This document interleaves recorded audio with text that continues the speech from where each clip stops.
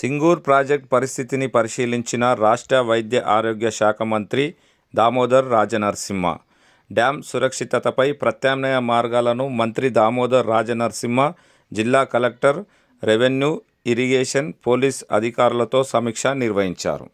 ఎగువ ప్రాంతం నుండి వస్తున్న 31,968 క్యూసెక్కుల వరద దృష్ట్యా సింగూర్ ప్రాజెక్టు నుండి దిగువకు 43,634 క్యూసెక్కుల వరదను 5 గేట్ల ద్వారా విడుదల చేస్తున్నట్లు ఇరిగేషన్ అధికారులు మంత్రికి వివరించారు. సింగూర్ ప్రాజెక్టు పుల్కల్ మండలం ఇసోజిపేట్ గ్రామం వద్ద రాజనరసింహ ప్రధాన కాల్వకు గండిపడిన విషయం తెలుసుకున్న రాష్ట్ర వైద్య ఆరోగ్య శాఖ మంత్రి దామోదర్ రాజనరసింహ స్వయంగా సంఘటన స్థలాన్ని సందర్శించారు. కాల్వకు పడిన గండిని వెంటనే మరమ్మతులు చేయాలని, రైతులకు ఎలాంటి ఇబ్బందులు కలగకుండా తక్షణమే పనులు ప్రారంభించాలని అధికారులను ఆదేశించారు. అలాగే భారీ వర్షాలు కురుస్తున్న నేపథ్యంలో ఇరిగేషన్, రెవెన్యూ శాఖలు పూర్తి అప్రమత్తంగా ఉండాలని సూచించారు.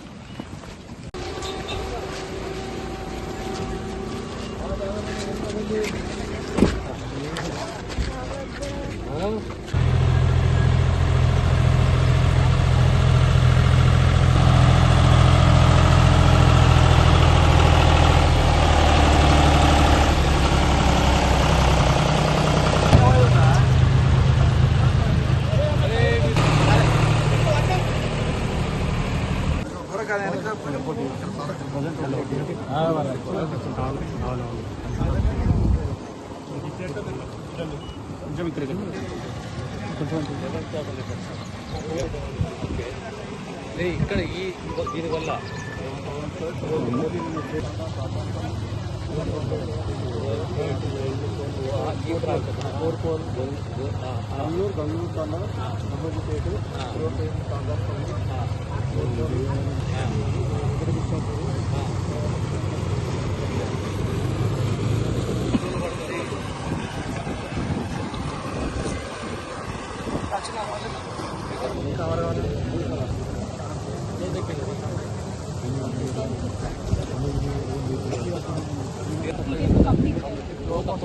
గొడవ చేసేది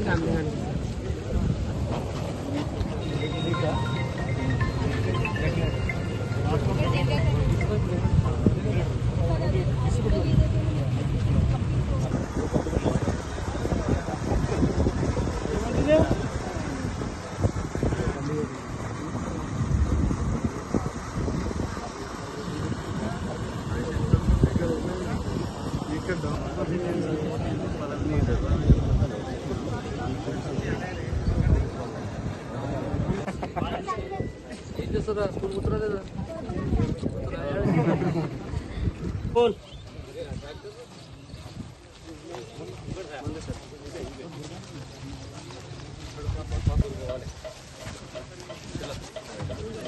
సోజిపేట గ్రామంలో సింగూర్ కెనాల్కు రీచ్ అయింది.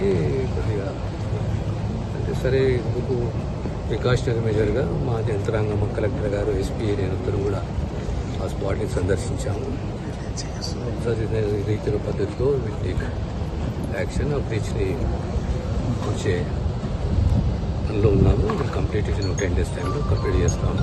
యాక్చువల్లీ సింగూర్ కెనాల్కు లైనింగ్ అంతా కూడా టెండర్ ఎప్పుడో అయిపోయింది.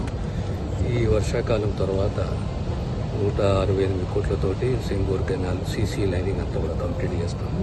అన్నింటిలో ప్రధానమైనది అంటే మీకు వార్తలు వస్తున్నాయి ఏంటి అంటే సింగూరు డ్యాము అనేది కొద్దిగా రిబిల్మెంట్ అవసరం ఉంది, సేఫ్టీ మెజర్ తీసుకోవాలని చెప్పి దానికి సంబంధించి నేషనల్ డ్యామ్ సేఫ్టీ అథారిటీ కూడా రికమెండేషన్ చేసింది. దానికి అనుగుణంగా గవర్నమెంట్ 16 కోట్ల రూపాయలు మంజూరు చేసింది. టెండర్ అయిపోయింది.